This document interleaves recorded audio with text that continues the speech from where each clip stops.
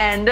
But Shannon, what do you want to see from both episodes 9 and 10? Oh, come on. What do you want to see?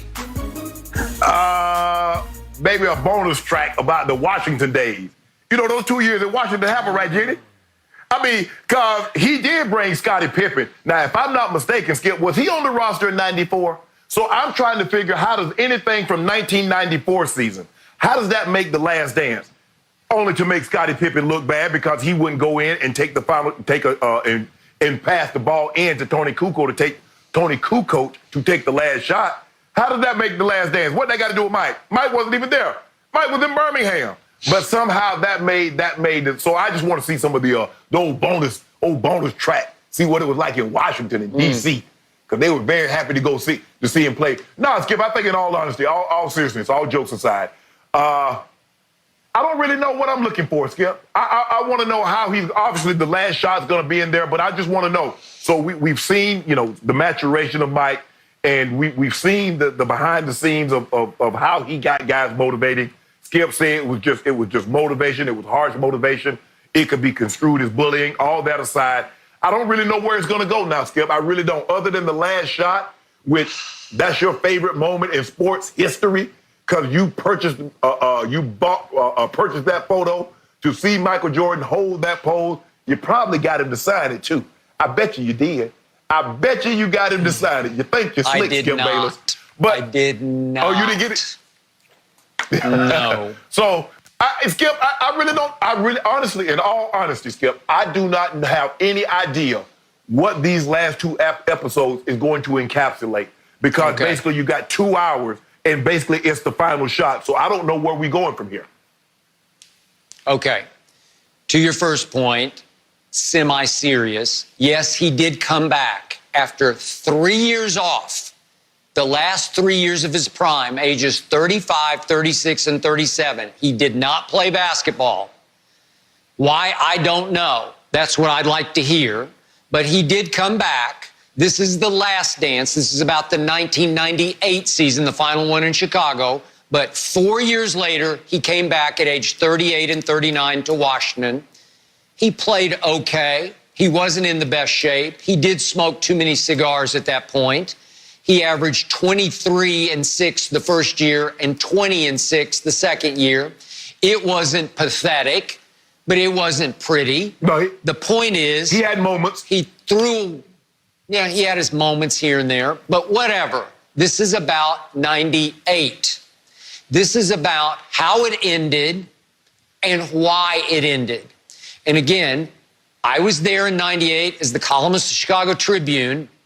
And what was often perplexing to me was Michael spoke a lot to the media without really speaking.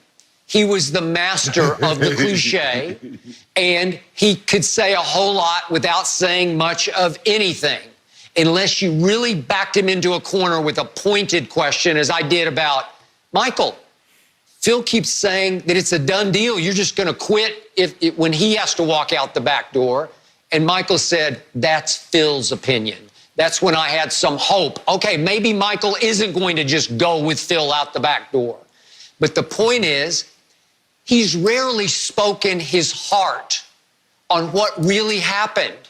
So, Shannon, I'm hoping that we get to see that guy who's now kicked back in that easy chair in these interviews. He's got a cigar, and he's got a little something in his glass, and they keep filling it. Yeah. And I want him to, so to speak, let his hair down. I know he doesn't have a whole lot of hair left, but whatever's up there, let it down. Let us see what's inside you. Let us hear on the basketball court what happened in what's called the flu game, the classic flu game at Utah in the 97 finals. Let us hear what was in your heart, soul, mind against the Pacers. Shannon, I was there. I covered all 7 of those games in the conference finals in 98. It was a hellacious contest between a team coached by Larry Bird, who was the coach of the year in the NBA that year. And the star was, as you know, Reggie Miller, but it was deep in talent and firepower. Rick Smits, the 2 Davises, obviously Chris Mullin, Jalen Rose, Travis Best, Mark Jackson.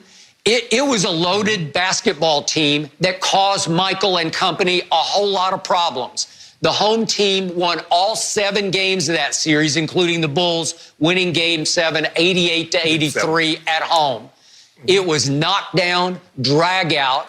Reggie says that the Pacers we see the previews for what's coming up in episode 9. Reggie says that the Pacers were just better than the Bulls. He might have been right about that, except for that one guy on the Bulls.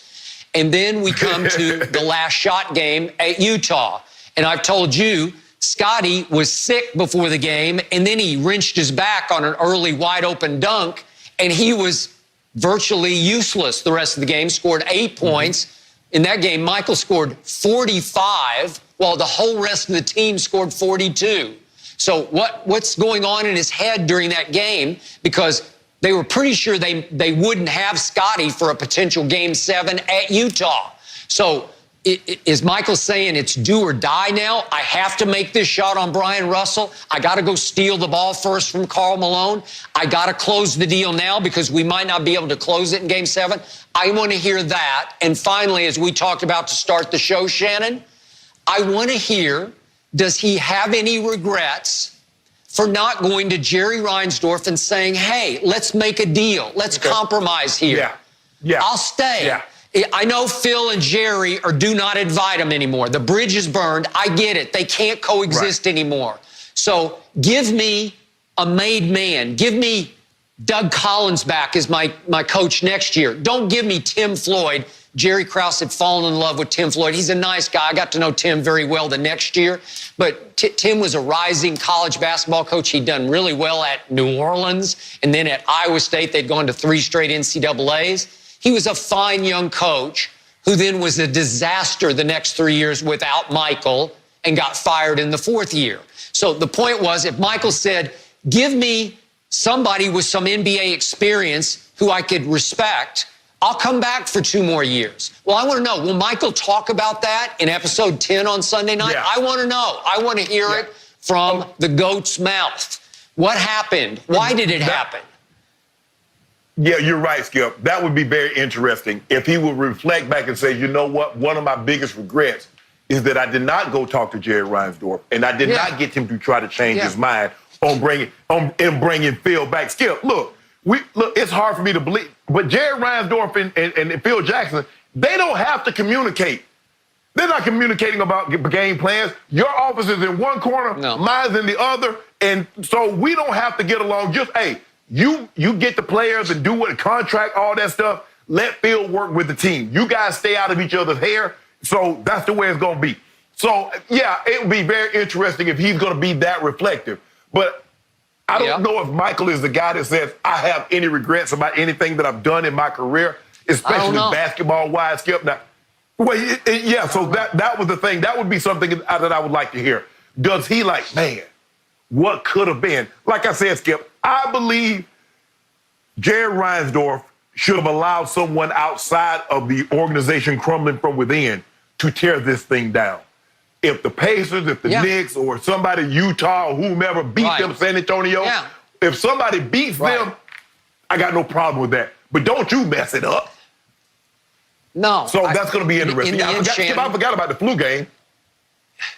Yeah, and also remember this. I think it was like episode 1, Jerry Reinsdorf's on camera for the documentary saying, Jerry Krause told me that in '98, the team had gotten too old. So Krause had convinced Reinsdorf, who also owned the White Sox and didn't have that much focus on the Bulls. He just let Jerry Krause run that basketball operation. But the point is, Jerry Krause convinced Jerry Reinsdorf that the team was too old so Jerry Krause could start it over and show that he could win without Michael Jordan. Baloney. Shannon, look at the ages of the players. It was not too old. Scotty was 32. Rodman was 36, but he was a below-the-rim rebounder. He still had basketball left in him. Ron Harper went and won 2 more rings as a starter for the Lakers. And then we go all the way down the roster. Tony Kukoc was 29. He was 6th man of the year. That team could have come back for 2 more years. I believe it would have been favored to win the next 2 championships. I believe it would have. Who knows if it would? I don't know. Would they have gotten hurt? Would they have broken down? Would Michael have run out of sort of psychological gas?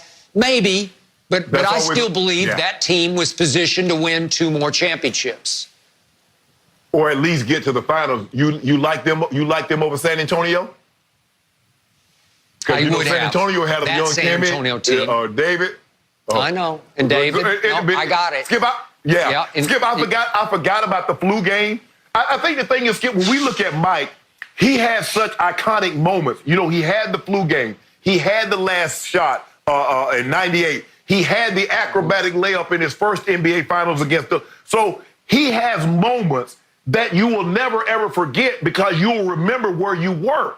Because you remember Scotty helping him off the court, and he's sitting down, and as soon as he sits down, he plops down, Skip. You remember that. You remember him holding this. You remember him having the ball, tongue out, got the ball in his right hand, then all of a sudden he said, nah, I ain't gonna do that. I'm gonna do this. So you remember that. It's just that the moments are so iconic